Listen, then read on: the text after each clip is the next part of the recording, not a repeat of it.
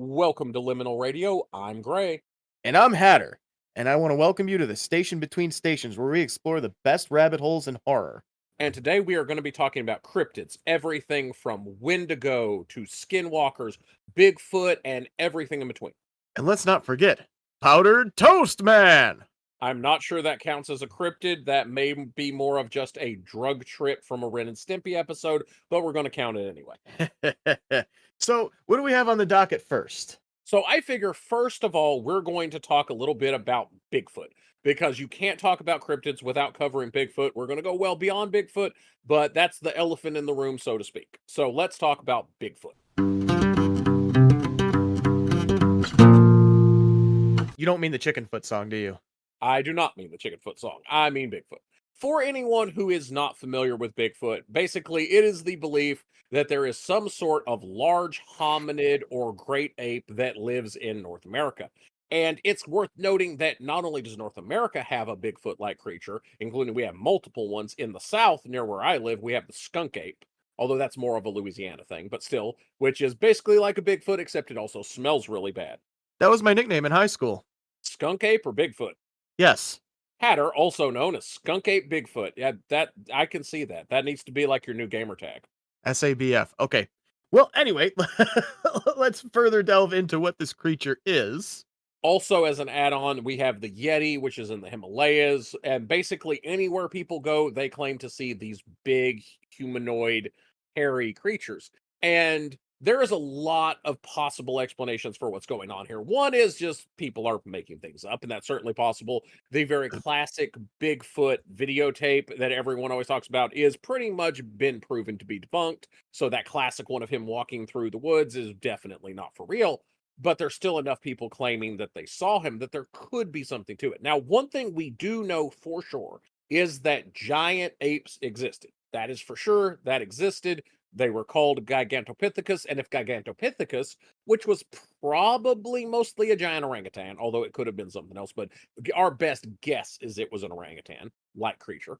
And if that could have existed, then definitely something in North America could have existed. Other giant hominids or giant apes could have existed. That's definitely within the possibility. The question is, and we'll run into that theme a lot with the discussion of cryptids, we will see that a historical primeval type creature, something from prehistory, probably existed like this. The big question is, does it continue to? Megalodon definitely does not. And that's a really interesting thing. Do you want to talk about why we can tell for sure Megalodon does not exist, Hatter? There are many reasons why Megalodon does not still exist. First of all, everybody's excuse is we've only explored this percentage of the ocean. He could be anywhere in this other percentage. You know why we haven't explored the other percentage? Care to hazard a guess? Probably because very few things live down there and they get crushed to death. There is nothing there. I was watching a video about this Megalodon situation, and you have to think food chain. Where there are not algae, however you pronounce it where you are, there is not going to be life because that is the very bottom of the food chain in the ocean, which is why we study the areas we do because we know that's where there's going to be stuff. We don't study deep into the trenches as much, and we don't study these barren parts of the ocean because there's nothing there. If there's no algae, Megalodon is not going to be there because he will have nothing to eat. And he's 50 foot long. He's got to eat a lot. So I really hope people will stop saying that Megalodon still exists because he doesn't. Well, and there are a couple of other factors too. One of which being that in general, Megalodon, with our best guess, again, because with these types of creatures, it's always our best guess, but the type of shark he's essentially based off of is going to be more of a warm, shallow water creature. These things did not live in the deep, deep ocean. So even if we want to say, hey, there is life living down there, hey, theoretically there are creatures who live there, like down where the giant squids are, which is very, very deep and we know very little about. We only gained evidence of giant squids very recently when we're going to discuss giant squids as part of the cryptids, because they fall under the category of things that were once believed to be a cryptid that are now known to be a real creature. They graduated. They did. Several creatures graduated. You were actually going to notice a little bit of a theme here where I'm going to be adopting, I'm not going to quite call it the devil's advocate position, but I'm definitely going to be adopting the position that just because we don't know for sure these things do or do not exist, even because it might be highly unlikely that they exist, I am definitely going to be bringing up the ways in which it is possible that they exist. And I'm a great counterpoint, having formerly been a part of a scientific field, psychology specifically. I know that doesn't have to do with animals, but You learn about a lot about the scientific method, and one of the aspects of the scientific method that people who are uninitiated do not know is that the absence of evidence is in fact the evidence of absence. We do not say you don't have proof that it doesn't exist, because if you don't have proof that it exists, it does not until that is changed. This is how science works, folks. Sorry, if you can't tell, I have a long history and a lot of, I guess, what you'd call trauma with this, because again, having been in a scientific field and discussed with many people who are of this sort of mindset that, oh, this thing could exist and they will not let it go. I've had this discussion many times. I'm sorry. So I'm done ranting now. Well, and I actually am also a firm believer in the scientific method, but not necessarily the modern scientific fields, which is this is just sort of the counterpoint I'm providing because I 100% believe in the scientific method as, was formulated by the Greeks. And my entire thing is that we have the idea, we form a hypothesis that a thing might exist until we are able to formulate a convincing experiment using good controls. We cannot say whether a thing does or does not exist until it has been properly tested in either direction. So there's a whole lot of things that, as a properly scientific minded people, and again, I'm talking more about kind of the ancient concept of the scientific method, not necessarily the modern one, we're going to have to say we don't know because we haven't been able to apply a convincing experiment yet. And that's the only way you can prove it one way or the other. Testing. Testing.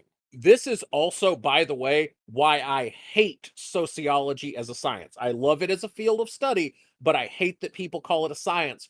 They do not do proper controlled experiments because, for ethical reasons, we can't do that. Because you can't lock people in rooms and control every variable. But without doing that, you can never make a firm decision. You can never prove a thing one way or the other. Therefore, it's not science, it's just guessing.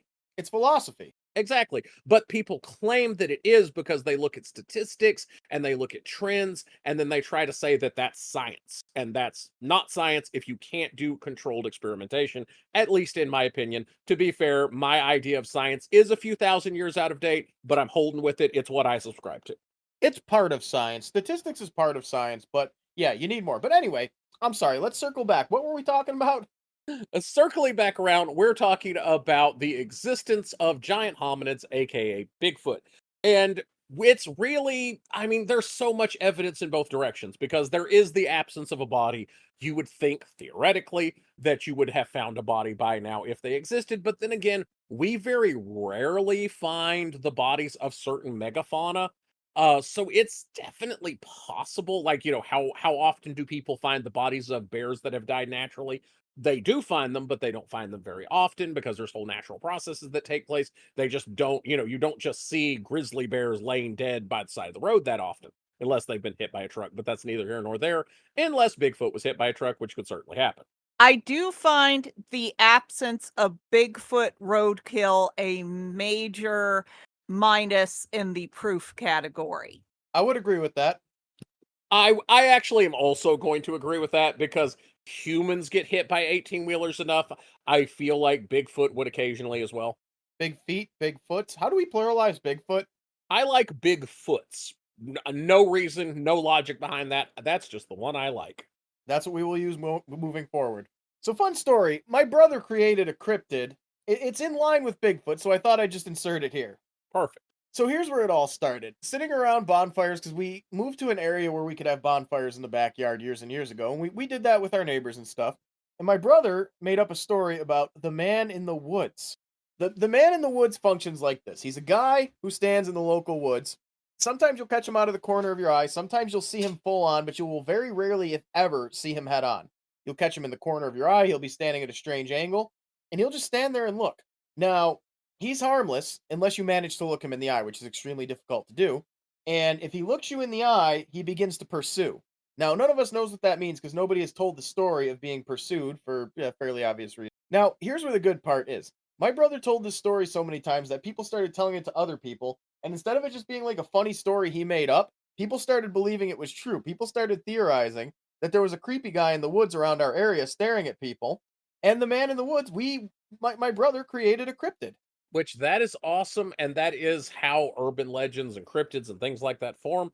And there is a very high possibility that that is the origin of a lot of cryptids, is something just like that, of a bunch of guys sitting around a campfire drunk making stuff up. Another fun story, I'm also a cryptid in my old neighborhood. And how did you come to be a cryptid, Hatter?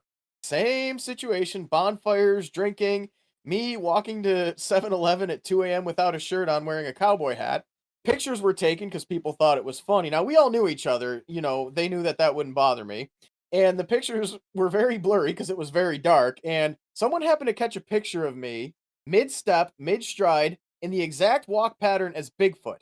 And I would love to put the picture up, but it's terrifying. I also lost my shirt and have no idea where it went. So cowboy hat appeared, shirt went away, and long story short, the guy at 7-Eleven wouldn't let me in because I wasn't wearing a shirt, but he was laughing so much, he decided to take my money, go in, get the pizza, and bring it out. And that is the story of the weird cryptid that is a shirtless man with a cowboy hat walking home with a pizza. Yeah, we call him Big Hat. Now, Hatter, I know that you're more familiar with the SCP than I am, so I want you to talk about the SCP that has to do with Bigfoot.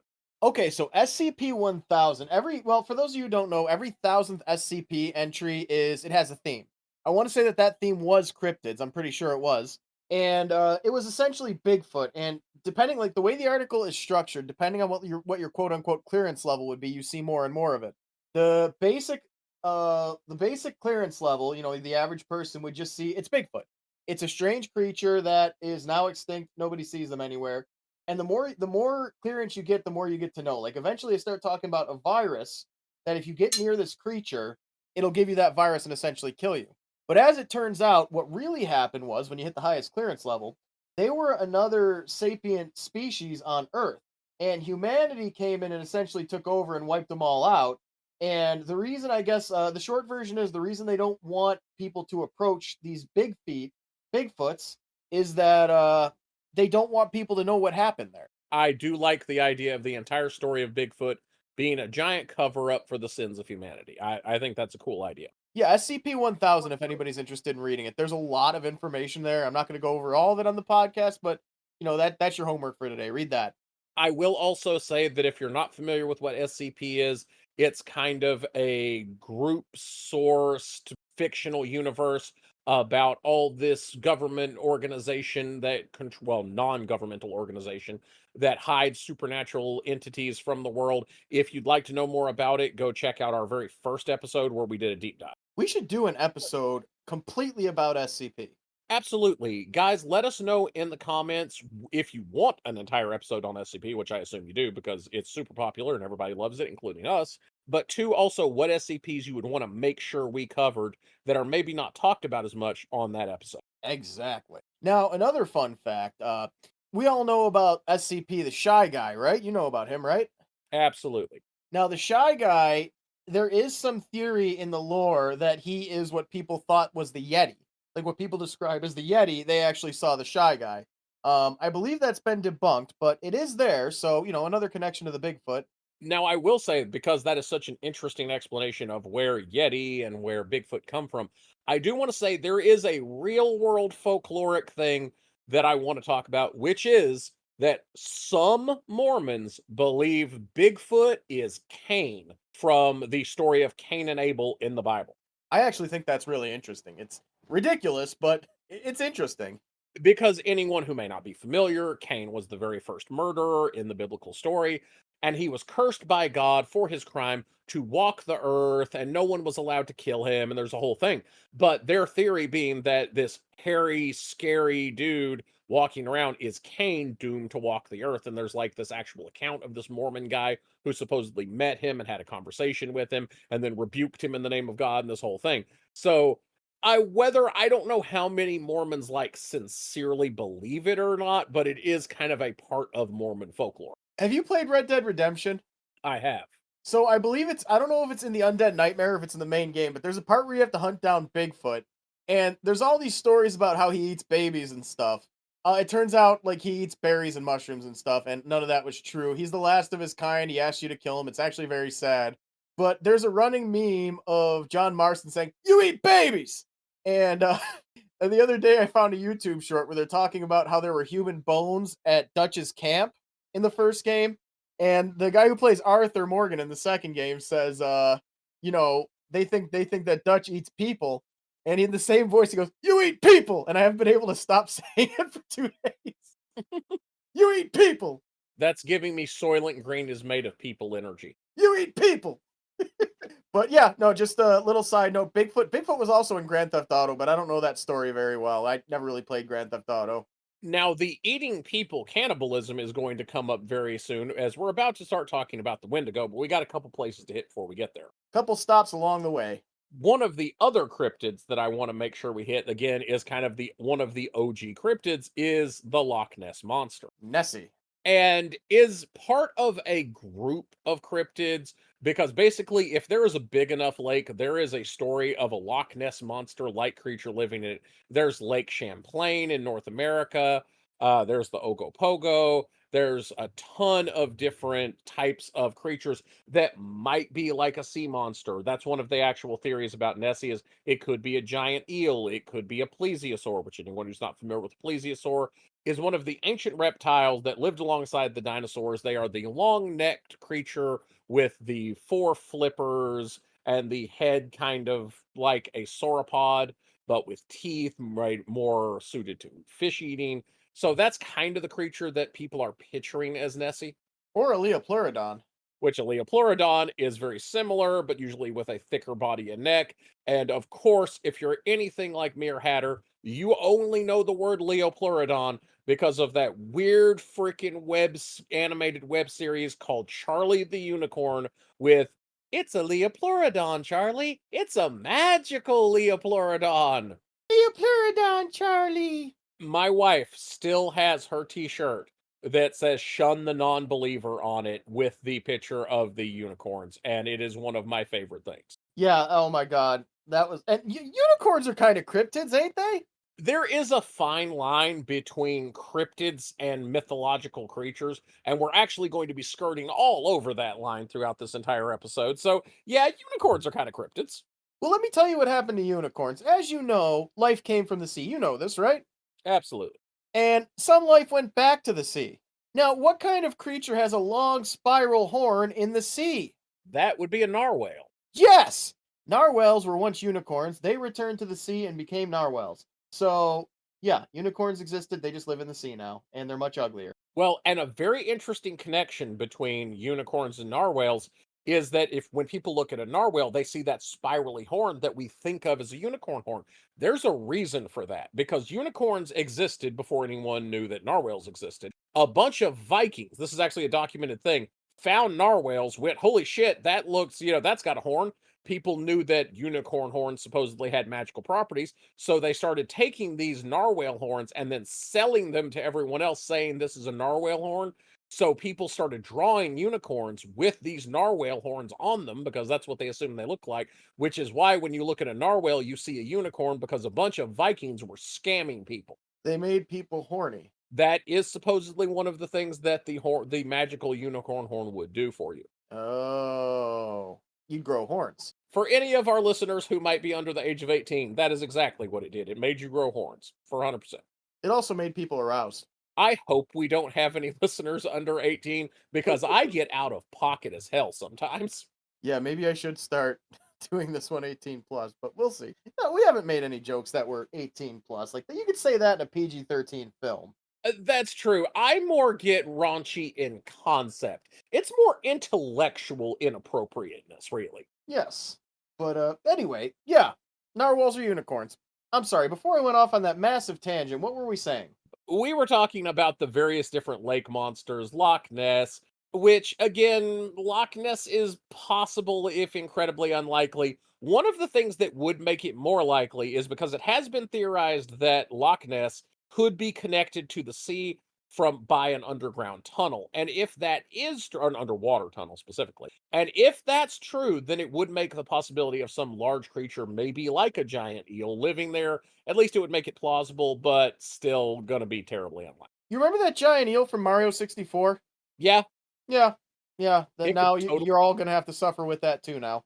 Now, I will say, kind of a similar in the same vein. It is getting into a little bit of a different category, though.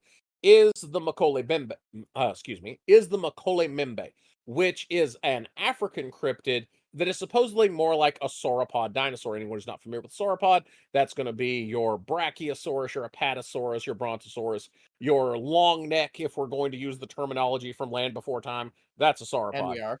And I will occasionally start talking dinosaurs with people because I love dinosaurs.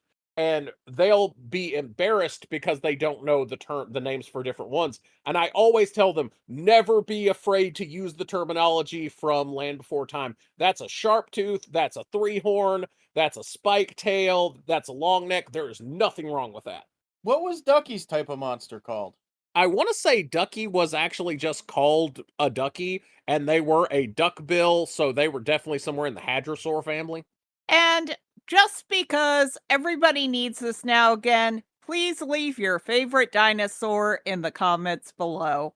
Absolutely, because that is one of the things that goes around on social media periodically is people talking about how sad they are that no one asks what their favorite dinosaur is anymore. So yes, this is us asking what your favorite dinosaur is. What's your favorite dinosaur, Gray?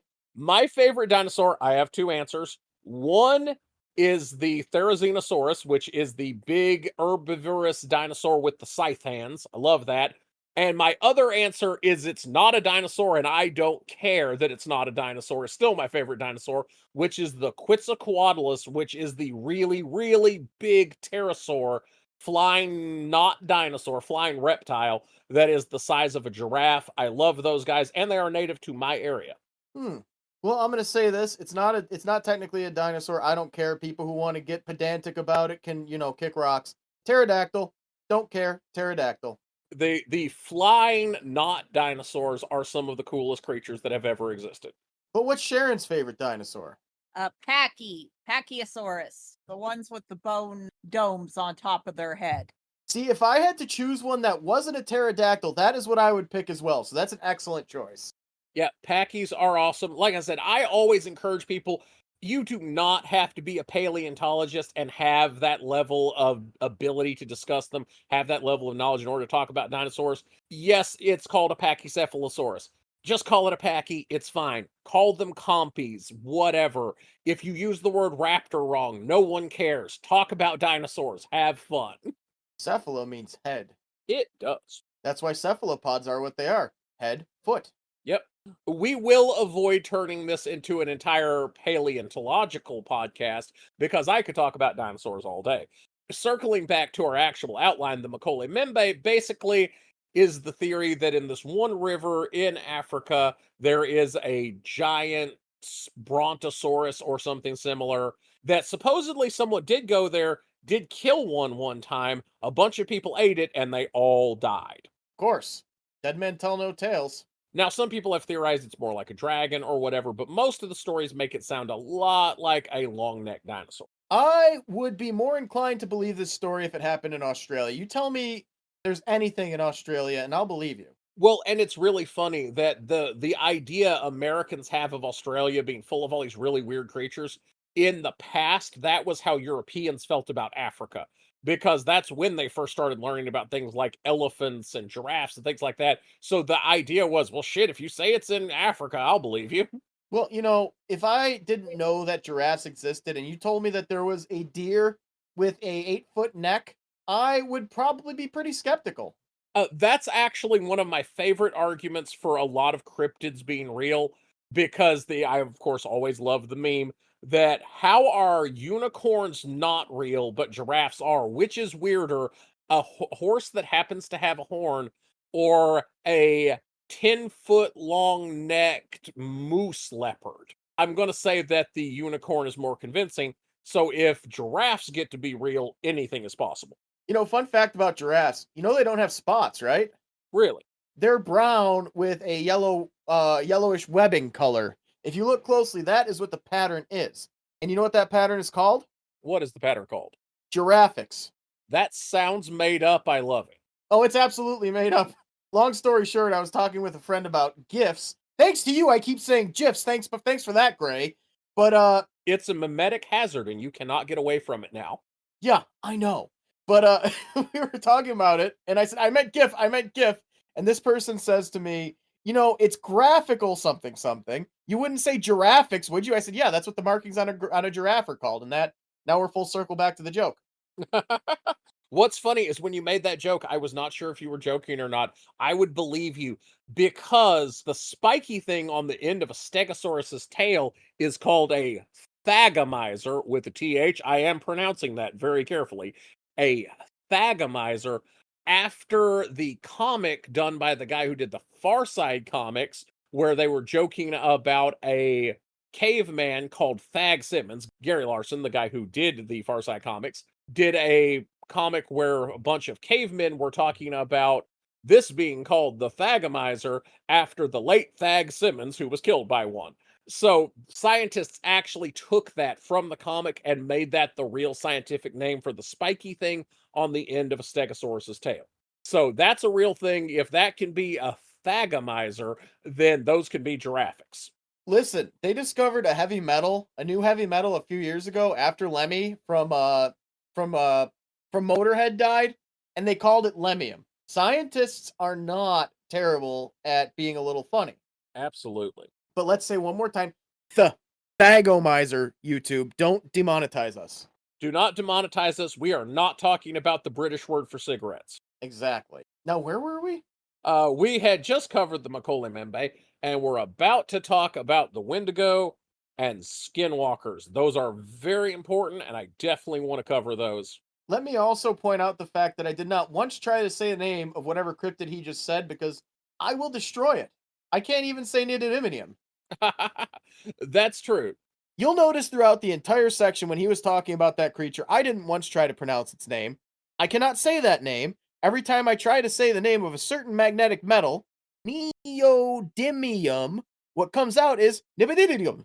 Yes, that was a natural trip. That was me trying to say the word. That's okay. There are multiple words I cannot say, so I don't say them. Speaking of not saying words, that's an excellent segue into Wendigo and Skinwalker, and I want to explain why I'm going to keep saying those words. There are certain people, especially in some Native American communities, who do not think you should speak about certain creatures. Now, we're going to speak about them in general. I tend to speak about things that I shouldn't speak about, and if one of them kills me, then that's just the way I want to go. But in general, it is considered a little bit disrespectful to actually say certain words, and the certain words that you're really not supposed to say are the actual name of Wendigo and the actual name of Skinwalkers. Now, the reason I don't have a problem saying those two words is because the Wendigo legend is from the Algonquin people, and the Skinwalker legend is from Navajo people. The thing is, Wendigo is not an Algonquin word, or it is not the Algonquin word. It's definitely not the only one. And Skinwalker is not a Navajo word. We're not saying the words you're not supposed to say. We are saying the English versions of the words you're not supposed to say. So anyone who's worried about that, don't worry about it. We're not going to say windy boy or flesh pedestrian, or we're not going to use any of those kind of self-censorship words that people use when they're discussing these legends, just because it's not necessary. These are English words. They're fine. We can say these. Now, I do want to say before I get deeply into these, that if you want to know more about them very in-depth and specific, there are some really excellent indigenous creators on TikTok and YouTube and other places. Definitely go to them for the really in-depth cultural significance. We're just going to be talking about kind of the internet significance and their existence as cryptids. That's the level we're going to be talking about these. Wait, what are the words we're not supposed to use? I don't know the words we're not supposed to use. The joke that one of the indigenous creators that I follow made is, no, it's okay, white folks. You can keep calling them that. We didn't teach you the dangerous words. You don't know them. You're okay. That's probably good because someone will be running around saying them. It would be me. I would do Yeah, it. me I too. have no sense of self-preservation. I have a sense of self-preservation, but I also have the idea that if there are supernatural entities, I wish to make deals and alliances or control them. You might could make a deal with a skinwalker. Skinwalkers are really interesting, and both Wendigo and Skinwalkers are grossly misunderstood. And flesh pedestrian is such a dumb word because that sounds more like a stripper. I thought it sounded like a hooker. I mean, just not what I think Oh. is a good word at all. Yeah, I don't care for censorship, but we've well established this. So let's start with the Wendigo. Now, Wendigo are super interesting because what they actually are is they are essentially a spirit that inhabits a person when that person consumes human flesh. They are generally told as a cautionary tale to not eat the flesh of people. This was kind of a morality type thing of don't do this or you'll become a Wendigo. And the thing is, by certain indigenous people, this was actually taken very seriously. There really were Wendigo hunters, that this was a real thing that existed with these people who their entire thing was to try to eliminate these Wendigo spirits. And basically, that's it. It's just a horrifying creature that is made when a human eats human flesh. It has nothing to do with a giant deer-headed man. That's not a thing at all. The image people get when they talk about Wendigo, that is not a Wendigo. Hey, guess what I'm about to bring up? What are you about to bring up? Guess. I'm going to say Pet Cemetery. No. Even worse. Hit me. Has Been Hotel. Oh my gosh, you're bringing up Has Been Hotel. I'd have never guessed. Oh my god, I am so surprised. Anyway, so my brother and I got into this discussion with some friends. My brother claimed that Alistair was based on a Wendigo and that he is in fact a Wendigo. Now, even in the pop culture idea of what a Wendigo is, he has the deer horns and that's it. But we got into a long debate about this. By debate, I mean I told him he was wrong for about 10 million reasons.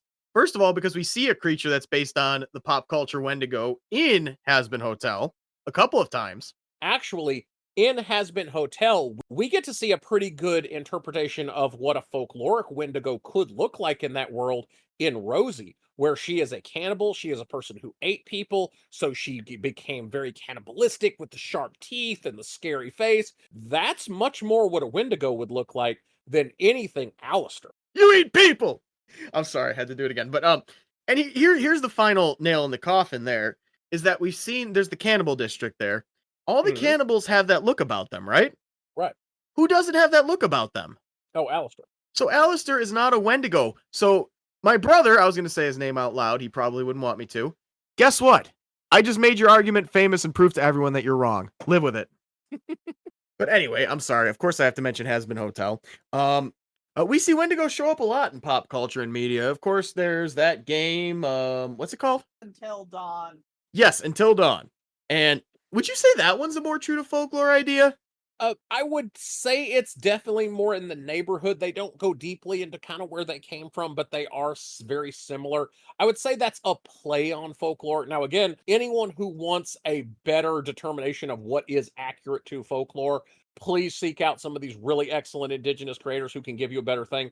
I'm just going to tell you what is closer to the folklore I have been exposed to than to the pop culture nonsense. So all opinions on this are prefaced by the fact that this doesn't come from my culture, so my opinion should be taken with a grain of salt. There are cryptids that come from my culture that I can tell you about, and we'll get to those, and I'll tell you all about them. But Wendigo, I'm going to say that, again, the key feature being it should be an evil spirit or something similar attaching itself to a human who has eaten human flesh. So I'm going to say that's closer. Those are pretty good.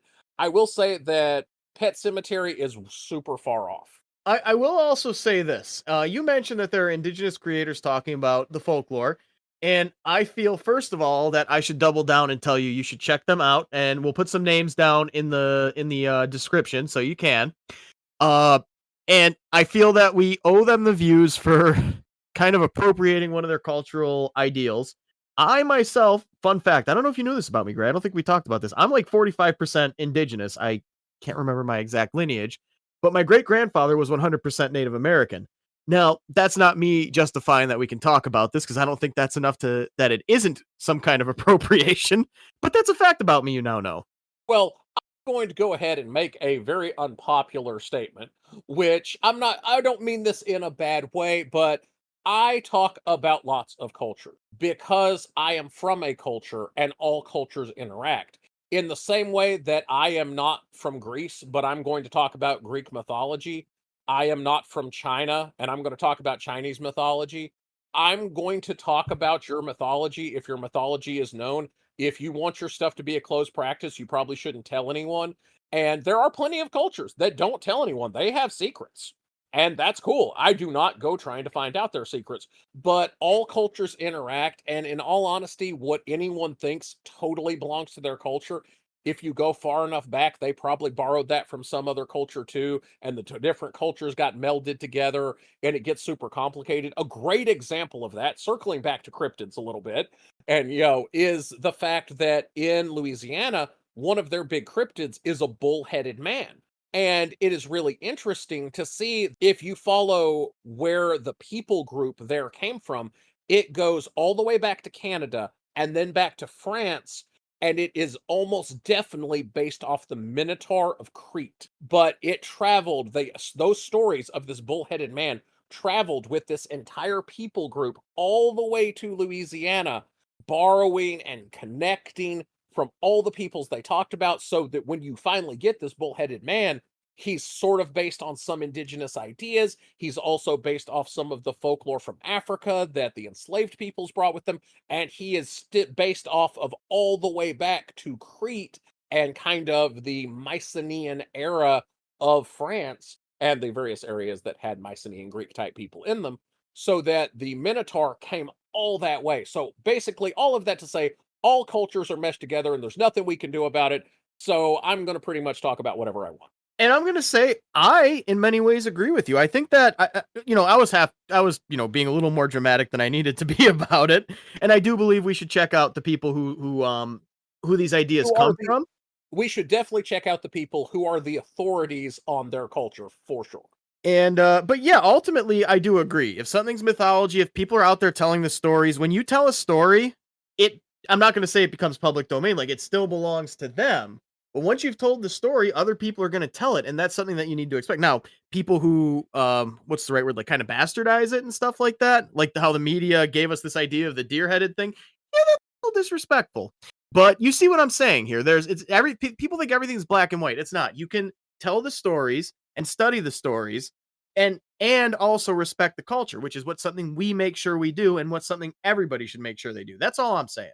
Oh, absolutely, for sure. So all of that to say that the Wendigo has some really good interpretations and some really bad ones. I will say Pet Cemetery, even as we were doing this episode and preparing for it, I went from thinking it was really terrible to having one headcanon moment that made me more okay with it, which is because, of course, anyone who's familiar with Pet Cemetery, the Wendigo, quotation marks, in that is just this evil spirit that lords over the pet cemetery and brings things back from the dead. So it's not really a Wendigo at all. It's just an evil spirit. Now, an evil spirit like that is consistent with at least some of the indigenous folklore I have read about from indigenous creators, but it would definitely not be called a Wendigo. It would just be a certain type of evil spirit. However, the thing that headcanon made this more cool for me was thinking about the fact that we only ever hear it called a Wendigo by an old white guy from Maine. So the fact that he might just slap the only indigenous word for evil spirit he knew onto this creature and start calling it that totally makes sense to me. I no longer have any problem with it being called that because that's just what one dude calls it. So that makes sense to me. I'm now totally okay with the whole depiction of the Wendigo in Pet Cemetery. And that's precisely why I went on that rant, because I knew we were going there. But yeah, it's Judd. Judd's an old, I don't want to say redneck, but a kind of backwoodsy guy. He's probably heard these words. He has a loose idea of what they are. And yeah, just that. It's just, he got it wrong. He's an old white guy. Well, and actually, you said you wouldn't want to use the term redneck. Actually, the appropriate term here is Yankee. Yankee, for anyone who may not be from that part, and I know that Hatter, you kind of are, is that Yankee, at least in certain parts, and definitely from the Stephen King area, because Stephen King talks about this, what we in the South, what I as a Texan would call a redneck, if that same dude lived in New York, they'd call him a Yankee. Yeah, actually, you know what? I'm going to make a short about the origin of the term redneck because we don't want to run over time here, but it doesn't mean what we think it does. Well, again, I think it depends on who you are, because I am guaranteeing that when you think the word redneck, have a very different picture. Because anyone who's not familiar, Hatter is in New York and I am in Texas. We probably have very different images when we say the word redneck. Well, the image I have in mind is as a result of actually learning the history of the term.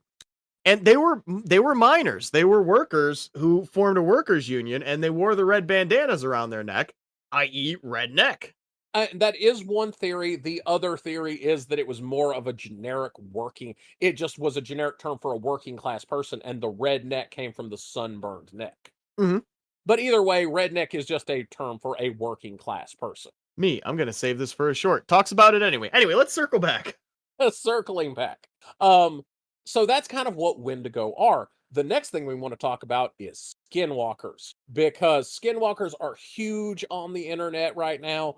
Again, that is, totally okay to say because that's not even close to the Navajo word. That's not even the English translation of the Navajo word. And I'm gonna say, I am so sick of hearing about skinwalkers. Every 5 minutes, I find a video of some animal acting weird. Oh my god, it's a skinwalker. No, it's an animal acting weird. It happens all the time, Kyle. And what a skinwalker is, according to the internet, is basically they'll see some animal acting weird and they'll be like, oh, this is some sort of creature that can turn into animals and mimic them. That's a skinwalker. And that is not what a skinwalker is at all. Now, there is the theory that there is something that is called a mimic that can mimic people's speech and even mimic the way things look. And if something like a mimic exists, then that is what that could be, maybe. Skinwalker is 100% the wrong word. What a skinwalker is from Navajo legend. Again, reference the indigenous creators. I won't go in too deeply into that again. Just I want to put that caveat there that they know more about this than I do. Check with them. This is just my understanding that I have gotten from watching people. And basically, a skinwalker is an evil magician who has this various different powers. Some of them are the ability to curse people using bone beads that they blow from a blow dart.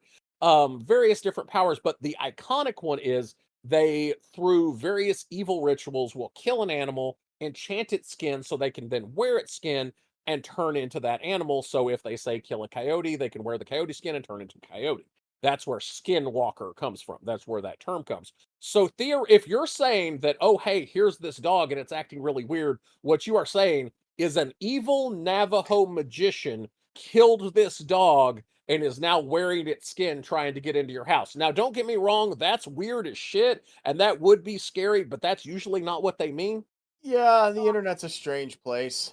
Now, the idea of mimics, again, this is kind of a cryptid slash urban legend that you'll see a lot of videos where someone will be knocking on a door, talking really weird, and they'll be like, that's not my mother, kind of thing. So theoretically, this is a thing that people do believe exists. And if you're going to make videos about this on the internet, let's at least call it a mimic and leave the skinwalker thing alone. That is an evil Navajo medicine, man. Let's just leave that as its own thing. Well, then again, there's also the Mandela catalog. So instead of mimics, we could call them alternates. Same idea. Oh, same thing. I really like that. But yeah, like I said, my issue with the whole skinwalker thing, it's not any of the above. It is simply the fact that I'm so sick of hearing that word. It's like the not deer. Every time a deer acts a little weird, it's a not deer. No, it's a deer who is sick. Deer eat meat sometimes. They'll eat what they can find. Well, and the whole thing with not deer is actually a really interesting concept that these are not real cryptids. They only exist due to the internet videos. Before the prevalence of people sharing interesting videos on the internet of deer did not exist as cryptids. Hilariously, one time, when I first got my cat Salem, there was a cat that hung out in my backyard who looked like him, had the white spot on his chest and the white spot on his belly. And just as Salem grew to that size, we started seeing that cat. Now, the first time we saw him, my mom was over and she thought she had let Salem out when she saw him out there. So she was chasing him around trying to catch him. And obviously, he's an outside cat. He's not going to get caught. And she felt bad because she thought she accidentally let my cat out. And she comes back inside and sees Salem sitting like staring at her, like, what were you doing out there? And so we named him Not Salem. This was before the not deer thing. That is a weirdly common phenomenon for people who own cats. There was a very popular one on the internet where there was a person whose cat ran away from home. And so they went to the shelter and saw their cat and went, holy shit, he ended up at the shelter. So they adopted that cat and brought it home thinking it was their cat. And then their cat showed back up. And they are two identical cats. So now they just have the same cat twice. That's awesome. I wish I had another Salem.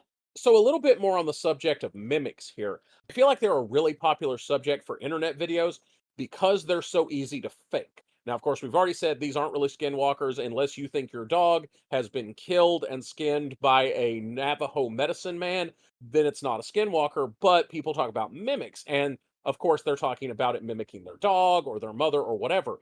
And here's the video you so many times see on TikTok or YouTube or whatever is it'll be a person with their camera pointed at a door and it'll be someone knocking, trying to get in, like their mom knocking in a creepy voice saying, let me in, why won't you let me in? Or even one of the ones I saw recently, a dog, which was a husky, which huskies have creepy eyes anyway, so they're great for creepy videos, pawing and pawing and pawing at the door.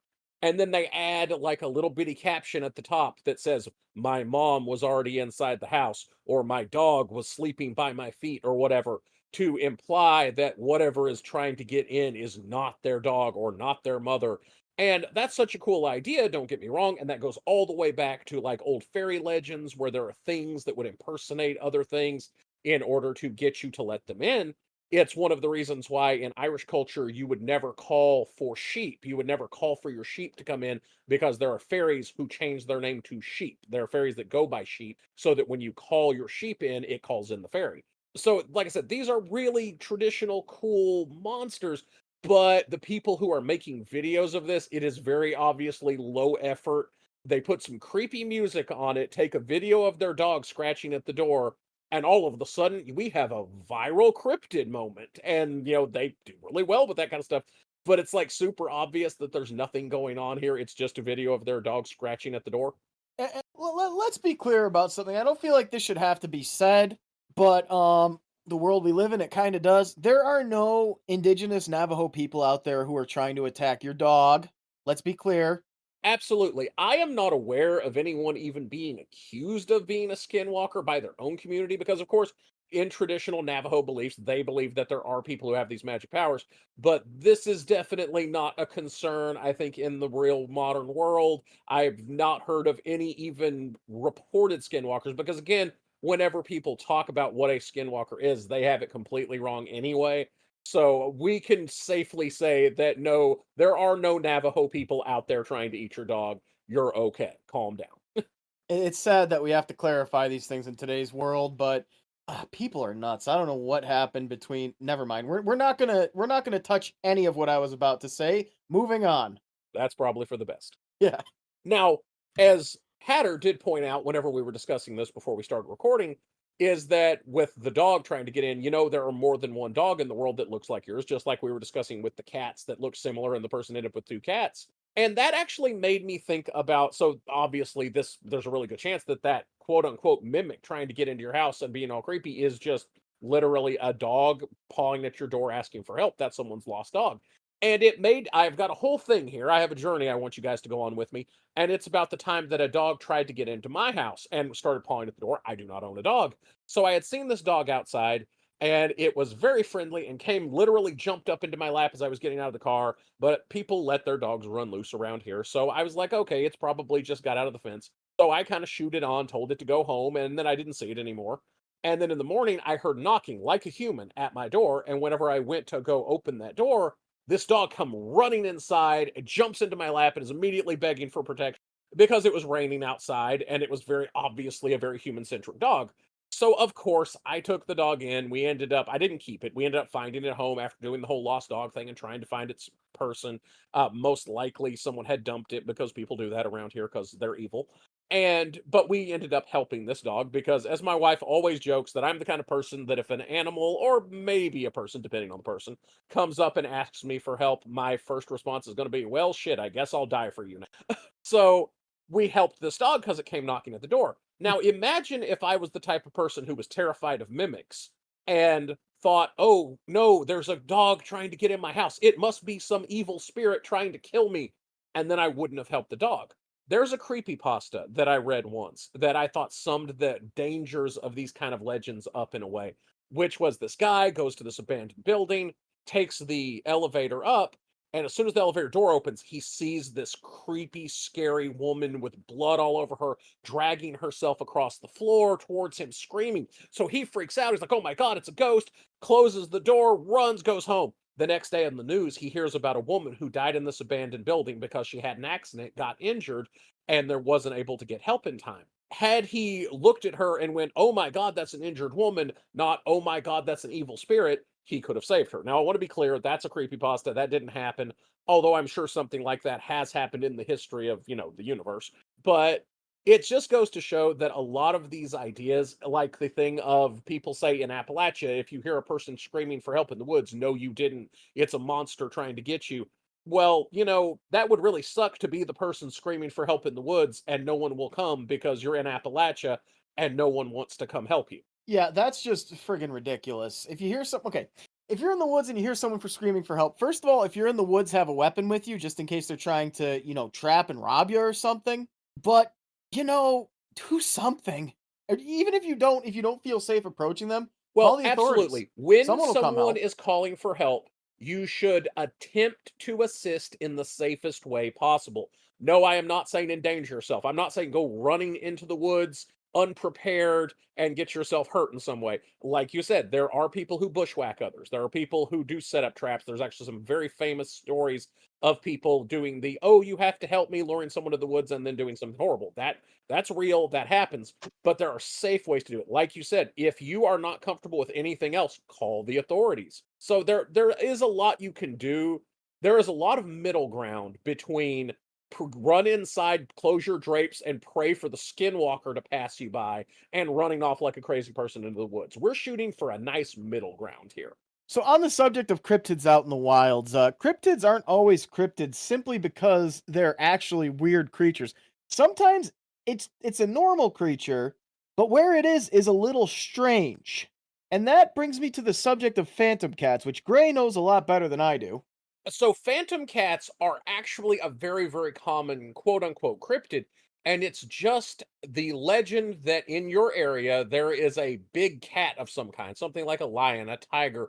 Most often it's a black panther. Sometimes it's a cougar. But it's just, which by the way, Black Panther, I want to talk about the nomenclature of that a little bit. There is no big cat that is called a quote unquote panther. There is the genus Panthera, which includes like lions and tigers. So technically, a black panther can be a black big cat in that family. So it could be a black tiger, it could be a black jaguar, a black leopard, anything in that family. So when we say black panther, we just mean black big cat. So I just want to get that out of the way because everyone Did always says black panther. did you just say Pantera? Yeah, the genus Panthera, the band. They got a whole genus of cats named after them. They must have been very famous. Also, Sorry. also, I heard Panera, so now I want a sandwich. I always want a sandwich. Exactly, which the places in the world where there are big cats is a fairly, I mean, they're spread out, but they're not in a lot of the places where a lot of people live. And yet there are legends, like there are several different ones in England. There's actually a whole big thing of phantom cats in England, and there are no native big cats in England. Down here in Texas, that traditionally we did have things like mountain lions and such, but we don't really anymore. And yet people will still claim that they have them. In fact, in my local area, there is the legend that supposedly we have supposedly we have mountain lions that people have seen, and there is an explanation for it that, oh, some person down in Sweeney used to have one as a pet that he let loose, but most likely that's not actually a real thing. Now, we do have small big cats. I want to clarify, it's not that we don't have any kind. We have bobcats. You see bobcats all the time. Bobcats are very common down here. And every once in a while, you will see a jaguarundi, which a jaguarundi is like a very small big cat. It looks like a miniature jaguar. And we do get those every once in a while. Sharon and I have actually seen one of those. Interjecting. What exactly is that? I did actually get a pretty clear look at one once on the drive home. It looks a lot like a disproportioned mountain lion because they do come in black, but more often they come in that tan gold color. What were you saying, Hatter? So I've never seen a bobcat before, so I'm looking it up, and what you describe as a small big cat, that's still pretty big. I wouldn't tangle with one. Oh, you absolutely shouldn't. Just because they are friend shaped does not mean they are your friend. Bobcats are mean as shit. That sounds about right. Like, it looks like something I would want to pet, and my smarter self would say, don't pet it, but if I had been drinking, I might try to pet it. Well, if not friend, why friend shaped? And the answer is so it can eat your face. They are super dangerous, but they are They are really cute, and they are very common down here.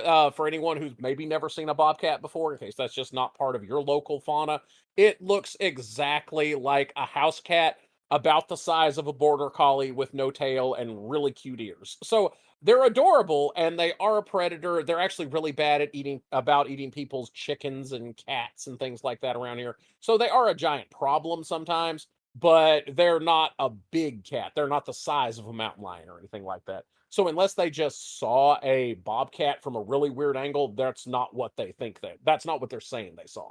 Well, I'll say this. Down there you got bobcats. Up here we got coyotes. And in some places you have bobcat Goldthwait. Presumably only ever one place at a time. You'd be surprised. That was a terrible impression, but we're not deleting it. Now we also have coyotes down here a lot, which those get mistaken for another very famous cryptid that we'll get to when we get to. Exactly. So, phantom cats, just, big cats being in places where big cats ain't supposed to be, which, par for the course, cats are often very much wanting to be places they're not supposed to be. My cat Salem, on top of the fridge, on the kitchen table, in rooms where we don't let him. It's just part of their nature. So it very well may be that phantom cats are just big cats doing cat things. Exactly. Did I ever tell you the story of the cat that broke into my house? No. This was like, and this made me late for work. This was like 2013. There was this little orange cat that lived in the neighborhood. We all called him Alfred. People left food out for him and stuff because we did not have a cat problem in that neighborhood. Like there weren't cats everywhere. It was just him. And like what we think is someone let him out when they moved, doing what people do. Alfred, would sit on the porch with people and let him pet him. He was like a neighborhood cat. And at one point when I was leaving for work, this was about 6 in the morning because I worked way out like 2 hours away on bus, so I had to be up super early. I'd open up the door, and all of a sudden, this orange cat comes charging in and gets on top of the fridge. And I'm like, no, Alfred, get down. And he wouldn't. He said, no, I live here now. Long story short, I was late for work, but I got him out of the house. This was a failed instance of the cat distribution network. Exactly. And if I didn't have other cats, I would have let him stay, honestly, because he's very friendly. But we had 3 other cats at the moment, and I didn't know like if he had fleas or some kind of thing he could spread to them. Otherwise, I would have just let him stay. Now, on the subject of phantom cats and just weird things that aren't really cryptids, but are kind of by virtue of just sort of being weird, I actually recently, as in like earlier today, just heard about a weird case in Africa where they had a mix between gorillas and chimpanzees. Basically, chimps that were the size of silverback gorillas and also silver in color. Bear in mind, this is an area where there are no gorillas. These are giant chimpanzees. And supposedly this was a real thing. Like this has since been confirmed by science and was at the locals called them lion killers. And they were these big, aggressive chimpanzees that slept on the ground just like a gorilla. And since, while I don't know that they ever got a full on specimen back, they actually got DNA back and determined no, these are just normal Eastern chimpanzees. Just this population of them are buff as a motherfucker. I hate that, and I don't want to live on this planet anymore. So there is a place, at least purportedly, they are not super well documented, where there are some giant chimpanzees just hanging out, killing lions, doing chimpanzee stuff. I would much rather have the Wendigo in my backyard than a giant chimpanzee. Chimpanzees are terrible, horrible monster things, and I never want to be in the same room as one, even if it's safely locked away in a cage. So what else? What else do we have to talk about today? That actually leads us into, because discussing giant cats, that leads us right into werewolf. So werewolves. I wonder what a werewolf is. You think the people here have ever heard of that? It seems so obscure.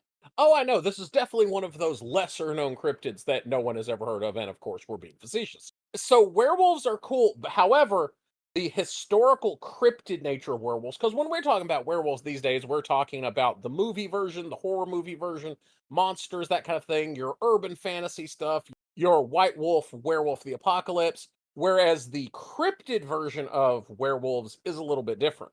Yeah, you forgot about one. What about those werewolves that live in London, and eat Chinese food, and have great hair? Werewolf in London? Ah, werewolf in London. That's the guy. But we're also not talking about the werewolves that go to high school and play basketball. There was also a song by the Browns called An American Werewolf in Calgary. That's the whole thought. Like, one of my favorite ones is a case of a French werewolf, which in this case was just a giant wolf, and it attacked a French girl who was tending to her cows and the report, and this is a real report that was in a French newspaper, by the way, that the werewolf was driven off by the horns of her bulls. So this was a werewolf that got its ass kicked by angry cattle. How was the lady? Oh, she was fine. Her bulls protected her. Okay, so she was attacked, but she wasn't like injured. No, it attempted to attack her and then got its ass kicked by angry beef. So at the end of the day, it's the Minotaur you have to worry about more than werewolves. Well, we do know that if a bull can take a werewolf, then that means supposedly the Minotaur would be able to take a werewolf as well. Which, by the way, I would like to point out that here in the South, this is more of a Louisiana thing, but there is a legend of the Minotaur. And of course, that's known as the Louisiana Bullman, which is exactly what you'd expect. It's a Minotaur. The etymology and kind of where it came from is really interesting because it comes from, of course, when we're talking the Minotaur, the Louisiana Bullman is a direct descendant of the Minotaur because the Gauls, who come from France, were, of course, the recipients of that whole legend, the Minotaur of Crete, and all that kind of stuff. Well, those French people migrated to Canada. Well, whenever they were in Canada, they became known as Acadians. Whenever they migrated down from Canada to the American South, specifically like in Louisiana, Acadian became Acadian, which became Cajun. And so the Cajuns are the direct recipients of that mythology. And thus the Minotaur traveled from France to Canada all the way down to Louisiana, which is why we now have the Louisiana Bullman. I had no idea that the word Cajun came from Acadian. Yeah, that's actually why Cajuns speak French because they're Canadians. They are, they are transplanted Canadians. Interesting stuff. Interesting stuff. So if there really is a Minotaur there, I feel like I'm torn between never going to Louisiana and going there to challenge it to a fist fight. The thing is, I feel like I would get along very well with the Minotaur. At most, I want to challenge it to like an arm wrestling match. We Oh, can have some drinks, eat some crawfish. I don't like crawfish. He can have mine, but I'm sure he does. He's Cajun. They all like crawfish. well, that's what I'm saying too. I'm not talking about a fist fight to the death. I'm talking about a friendly fist fight, and afterwards we go get a few beers and some chicken wings. I don't like I've never had crawfish actually, so I don't know. I tried to eat it once. I was at some buffet that had it, and I got it. I pulled it off the buffet, and I was like, I can't eat this. So I ended up putting this is a Chinese buffet. I put the chopsticks in its hand and made it a drummer. That's what happened. I love the flavor of crawfish meat. Crawfish etouffee, which, in case anyone's not familiar, etouffee literally just means with gravy. So that's a spiced gravy crawfish thing. Is delicious. Crawfish etouffee. Around here, we have a Cajun restaurant that serves a po' boy called the Swamp Thing, which is fried boudin balls covered in cheese and crawfish etouffee on a po' boy sandwich, and it is freaking delicious. But when it comes down to actually having a crawfish, breaking it open, eating the tail, and sucking the head, I'm going to give that a hard pass. Yeah, I'm kind of the same way on that. How did we get to Minotaurs? What happened here? So circling back from crawfish to minotaurs, the Louisiana Bullman is absolutely a thing, and I'm going to headcanon that the Louisiana Bullman can take a werewolf in a fistfight. But circling back to, and we got there from French werewolves. Now, there's French werewolves, and there are just cases of giant wolves all over the place. So there's just more of those than we could even really talk about. But before we stop talking about werewolves, I've got to talk about a German werewolf. And that is because there was a dude who was in a court case. And basically, I need to tell you about this court case because this is my favorite werewolf of all times. It all started with a witchcraft trial. There was a woman, not even the guy in question. There was just a random woman on trial for witchcraft. And they asked one of these old men in the town to testify, and they put him up on the stand. And his response was, "Oh, yeah, she's definitely not a witch. I would know if she was a witch because I'm a werewolf. And I am no, don't worry, I'm not an evil werewolf. I am part of a group of werewolves that are called the Hounds of God. And every night we transform into werewolves and go down to hell to fight witches. So I can testify that she's okay." Um, I, I, I have so many comments and questions right now. This was real testimony given in a German courtroom in, like, I want to say the 1600s. Okay, so the werewolves, they go into the underworld to fight evil things, right? Yes, and they were called the Hounds of God, according to this one crazy old German man, which I want to preface by saying the judge had him whipped and sent out of the courtroom. Basically, he wanted to whip some sense into him. Yeah, the judge said, "You're an idiot, get out of my courtroom," was his entire thing. But this was the testimony that this guy gave. So, like, he was some strange combination of a furry, a religious fanatic, and an RP guy. Yeah, yeah, this dude would have 100% been a cross between a furry and a shifter did he live in the modern day. Which, by the way, anyone out there who doesn't know what a shifter is, you're probably picturing shapeshifter and know it's so much stupider than that. You have no idea. I'm afraid to ask, but go ahead, tell us more. Shifters are mostly an internet phenomenon of people who mostly want attention, who believe that through various mental exercises, they can shift into other realities, often their own fan fiction realities, and they often like to believe that they have husbands there, which are usually just their waifu husbandos from their weird fanfics. Basically, it's the people who believe that they can go into fictional worlds. This is a real thing of people on the internet who have convinced themselves that supposedly they're dreaming or whatever, but they believe that they are actually transporting themselves to another world. That's what a shifter is, in case you ever hear that mentioned. All right, today I've learned enough about internet phenomena. I don't want to know what waifu or husbando mean, so let's just move on. I genuinely do not want to know. Well, Hatter can cover his ears for like the 12 of you who don't know, in case it just means the fictional character you have a crush on. It's nothing super complicated. I took the headset off. Are you done? Are you done explaining it yet? Yes, we are absolutely done covering weeb culture. We can move on. What? Huh? Sorry, what? What now? Oh, I can hear you now. Okay, so you're done with that, huh? Yes. I can All only right. handle so much in a day. I'm sorry. So we're talking about werewolves. Oh, and as just a quick add-on to that, there is the guy who was literally called the Werewolf of Dusseldorf. Now, he was just a serial killer, but there are those who suspect he was a werewolf, and he did claim he was. Well, they also called Albert Fish, among many other names. They called him the Werewolf of Wisteria. We, And he was his own freaking thing. In all honesty, he would have been way less scarier if he had just been a werewolf. yeah, I'm gonna tell you. Even if we do a serial killer episode, we're gonna be very careful about what parts of his story they tell. We're an R-rated channel, easy, but yeah, Well, we're R-rated, but we have to stay north of X. yeah. No, his stuff got bad. But no, I'm sorry. Circling back. Circling back, I think that nicely wraps up werewolves. Let us know in the comments, guys, if you have any type of werewolf cryptid reports from your area, if you live in one of the areas that has a lot of that, or if there's any that are just your favorites that you'd like to hear us talk more about. Thus concludes part 1 of our episode on cryptids. Part 2 will be coming 2 weeks from today. As per usual, I'd like to thank you for tuning into the Station Between Stations. This has been Gray and Hatter. We'll see you in part 2.